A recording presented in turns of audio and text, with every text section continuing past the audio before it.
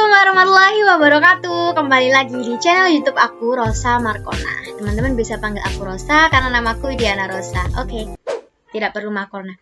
Kali ini pada konten YouTube aku akan membahas mengenai salah satu materi di mata kuliah dasar-dasar manajemen, yaitu actuating, pengarahan atau menggerakkan. Oke, langsung aja ya teman-teman ya. Nah, pada pengarahan atau menggerakkan, actuating ini sebelumnya kita akan membahas mengenai pengertian pengisian jabatan atau staffing, yang dimana fungsi pengisian jabatan atau fungsi staffing ini terdiri dari pengadaan karyawan, penarikan karyawan, seleksi karyawan, penempatan karyawan, dan pemberhentian karyawan. Lalu ada pengadaan karyawan. Nah, pengadaan ini adalah proses penarikan, seleksi, penempatan, orientasi, dan induksi untuk mendapatkan karyawan. Baik kualitas maupun kuantitasnya adalah sesuai dengan kebutuhan perusahaan. Untuk mendapatkan karyawan yang baik harus dilakukan dengan cara analisis jabatan, job analysis, uraian pekerjaan, job description, dan spesifikasi pekerjaan atau job specification. Nah, Selain pengadaan karyawan, juga ada penarikan karyawan atau recruiting. Kegiatan ini mencari atau menetapkan sumber tenaga kerja yang diperlukan dan mempengaruhi cara menarikkan melalui iklan tenaga kerja agar mau melamar pekerjaan yang masih kosong di perusahaan. Nah, sumber karyawan di sini dapat bersumber dari internal dan eksternal. Nah, kalau di internalnya melalui karyawan yang telah ada baik karena rotasi maupun promosi. Jadi ada karyawan yang mungkin kinerjanya sangat baik dijadikan mendapatkan promosi, jadi bisa naik jabatan. Lalu ada juga melalui sumber eksternal, yaitu karyawan yang ditarik dari luar perusahaan, seperti rekomendasi karyawan dari perusahaan A ke perusahaan B, seperti itu. Lalu selanjutnya adalah mengenai seleksi karyawan. Kegiatan pemilihan dan penentuan pelamar yang diterima atau yang ditolak untuk menjadi karyawan perusahaan. Prosedur seleksi ini meliputi seleksi surat-surat lamaran, pemeriksaan referensi, wawancara pendahuluan, seleksi ilmu pengetahuan, tes psikotes, tes kesehatan, wawancara dengan atasan, dan keputusan diterima atau ditolaknya. Nah, prosedur seleksi ini tergantung dari setiap perusahaannya masing-masing, teman-teman. Jadi ada beberapa tingkat-tingkat seleksi, yaitu seleksi tingkat pertama, kedua, dan ketiga. Nah, selain ada seleksi karyawan, ada juga penempatan karyawan. Nah, kegiatan untuk menempatkan karyawan yang telah lulus dari seleksi jabatan tertentu, dalam penempatan harus dilakukan orientasi dan induksi. Jadi, dalam penempatan karyawan ini meliputi orientasi dan induksi. Jadi, apa sih orientasi dan induksi itu? Orientasi ini memberitahukan karyawan baru tentang hak dan kewajibannya, tugas dan tanggung jawabnya, dan peraturan perusahaan. Tujuannya supaya karyawan merasa dirinya telah diterima di lingkungannya. Selain itu juga ada induksi, kegiatan untuk mempengaruhi tingkah laku karyawan baru yang telah ditempatkan agar ia menaati peraturan dan norma perusahaan.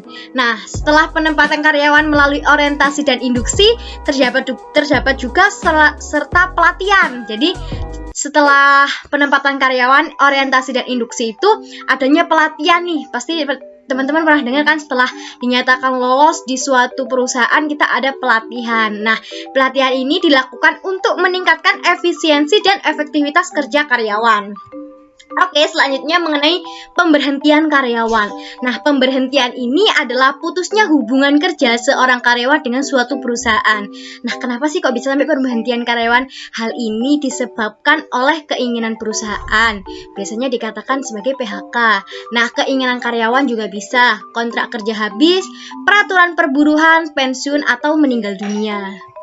Lanjut kita setelah mengenai pengadaan karyawan, penarikan karyawan, seleksi karyawan, penempatan karyawan, pemberhentian karyawan, kita langsung masuk di materi kita, yaitu actuating, pengarahan atau menggerakkan. Menurut G.R. Terry, pengarahan adalah membuat semua anggota kelompok agar mau bekerja sama dan bekerja secara ikhlas, serta bergairah untuk mencapai tujuan sesuai dengan perencanaan dan usaha pengorganisasian. Jadi, pengarahan itu merupakan kegiatan yang dilakukan oleh pemimpin untuk membimbing, menggerakkan, mengatur segala kegiatan yang telah diberi tugas dalam melaksanakan suatu kegiatan usaha. Nah, Selain di pengertian-pengertian tadi, ada nih pokok masalah yang dipelajari pada fungsi pengarahan. Apa aja nih pokok-pokok masalah yang dipelajari pada fungsi pengarahan? Yaitu yang pertama adalah tingkah laku manusia. Kebutuhan karyawan selain gaji dan kompensasi yang sesuai, perlakuan yang manusiawi terhadap karyawan dapat mendorong peningkatan produktivitas kerja. Jadi kalau udah peningkatan produktivitas kerja, nanti bisa nih kita dapat promosi dan naik jabatan. Mantap dak tuh? Yang kedua adalah hubungan manusiawi. Dalam kehidupan berkelompok atau organisasi ini harus didasarkan atas kebutuhan, kepentingan, hormat menghormati, saling membutuhkan, dan kerjasama di antara semua pihak untuk mencapai tujuan. Yang ketiga, komunikasi adalah suatu alat untuk menyampaikan perintah, laporan, berita, ide, atau pesan atau informasi dari komunikator kepada komunikan agar di antara mereka terdapat interaksi. Dan ada proses komunikasi terdiri dari unsur dan lambang. Dan dari unsur ini terdapat komunikator, pesan, saluran, komunikan, dan action. Ada juga lambang, terdapat suara, tulisan, warna, dan lain-lain. Yang keempat yaitu kepemimpinan. Adalah seni seorang pemimpin mempengaruhi perilaku bawahan agar mau bekerja sama dan bekerja secara produktif untuk mencapai tujuan organisasi. Nah, dari kepemimpinan ini ada fungsi kepemimpinan. Ada banyak sekali fungsi kepemimpinan. 1. Pengambilan keputusan dan merealisasi keputusan itu. Yang kedua, pendelegasian wewenang dan pembagian kerja. Yang ketiga, meningkatkan hasil guna dan daya guna semua unsur manajemen. Yang keempat, memotivasi bawahan supaya bekerja efektif dan bersemangat. Yang kelima, mengembangkan imajinasi, kreativitas, dan loyalitas.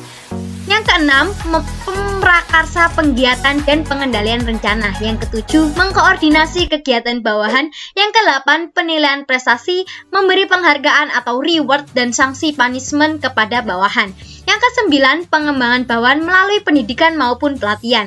Yang kesepuluh, memelihara aktivitas perusahaan dan bertanggung jawab atas semua tindakan kepada pemilik, pemerintah, dan bawahan. Yang kesebelas, memberi kompensasi ketenangan kesejahteraan pada karyawan dan lain-lain. Nah, dari fungsi-fungsi kepemimpinan ada juga nih unsur-unsur kepemimpinan, yaitu pemimpin, bawahan, organisasi, tujuan, dan lingkungan internal dan juga eksternal perusahaan. Ada juga gaya atau tipe kepemimpinan. Jadi selain dari fungsi kepemimpinan, lalu ada tadi unsur kepemimpinan, yaitu sekarang gaya atau tipe kepemimpinan menurut Malayu SP Hasibuan. 1. Kepemimpinan otoriter. Jika seorang pemimpin menganut sistem sentralisasi wewenang, falsafah pemimpin bawahan adalah untuk pemimpin dan menganggap dirinya paling berkuasa, paling pintar, dan mampu. Pengarahan dilakukan dengan cara instruksi dari perinstruksi dan perintah. Orientasi kepemimpinan hanya untuk meningkatkan produktivitas kerja karyawan, namun tidak memperhatikan perasaan dan kesejahteraan karyawan. Yang kedua yaitu kepemimpinan partisipatif. Jika dalam pemimpin melakukan secara persuasif, menciptakan kerjasama yang serasi, menumbuhkan loyalitas dan partisipasi bawahan, pemimpin memotivasi karyawan, pemimpin menerapkan sistem manajemen terbuka, informasi dan pembinaan kaderisasi mendapat perhatian yang serius. Yang ketiga ada kepemimpinan delegatif. Jika seorang pemimpin mendelegasikan wewenang kepada bawahannya dengan agak lengkap, sehingga bawahan itu dapat mengambil keputusan dan kebijakan dengan agak bebas dalam melakukan pekerjaannya. Nah, dari tadi gaya tipe atau tipe kepemimpinan ada juga sekarang kita masuk ke karakteristik actuating. Ada 6 karakteristik actuating. Bahasa Inggris semua ya teman-teman ya. Oke. 1. Pervasive function. Yang kedua, continuous activity. Yang ketiga, human factor. Yang keempat, creative activity.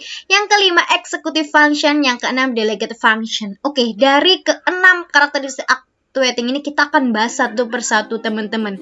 Meskipun bahasanya bahasa Inggris gini ya. Oke, kita lanjut.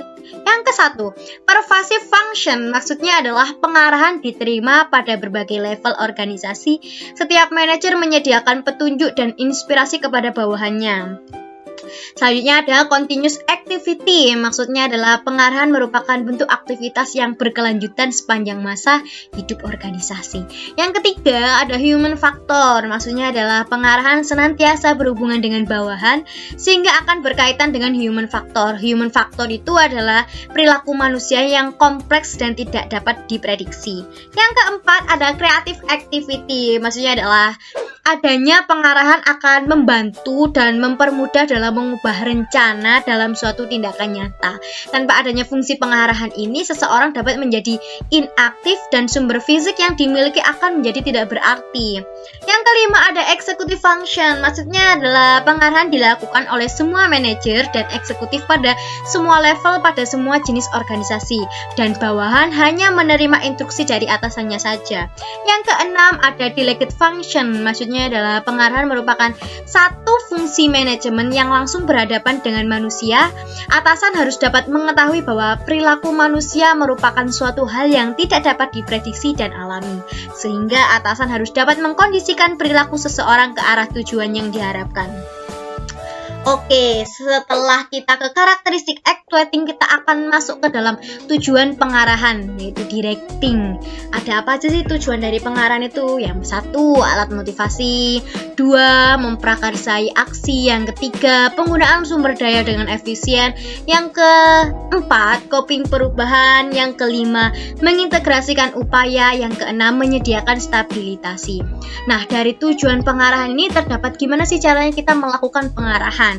Ada beberapa nih cara untuk melakukan pengarahan, yaitu orientasi, perintah, delegasi, wewenang, petunjuk, motivasi, dan mempengaruhi atau persuasif. Oke teman-teman, udah selesai. Thank you ya. Semoga apa yang bisa dipelajari teman-teman dari materi actuating ini di mata kuliah Dasar-Dasar Manajemen bisa bermanfaat untuk teman-teman semua. Terima kasih telah menonton dan jangan lupa like, comment, dan subscribe. Terima kasih.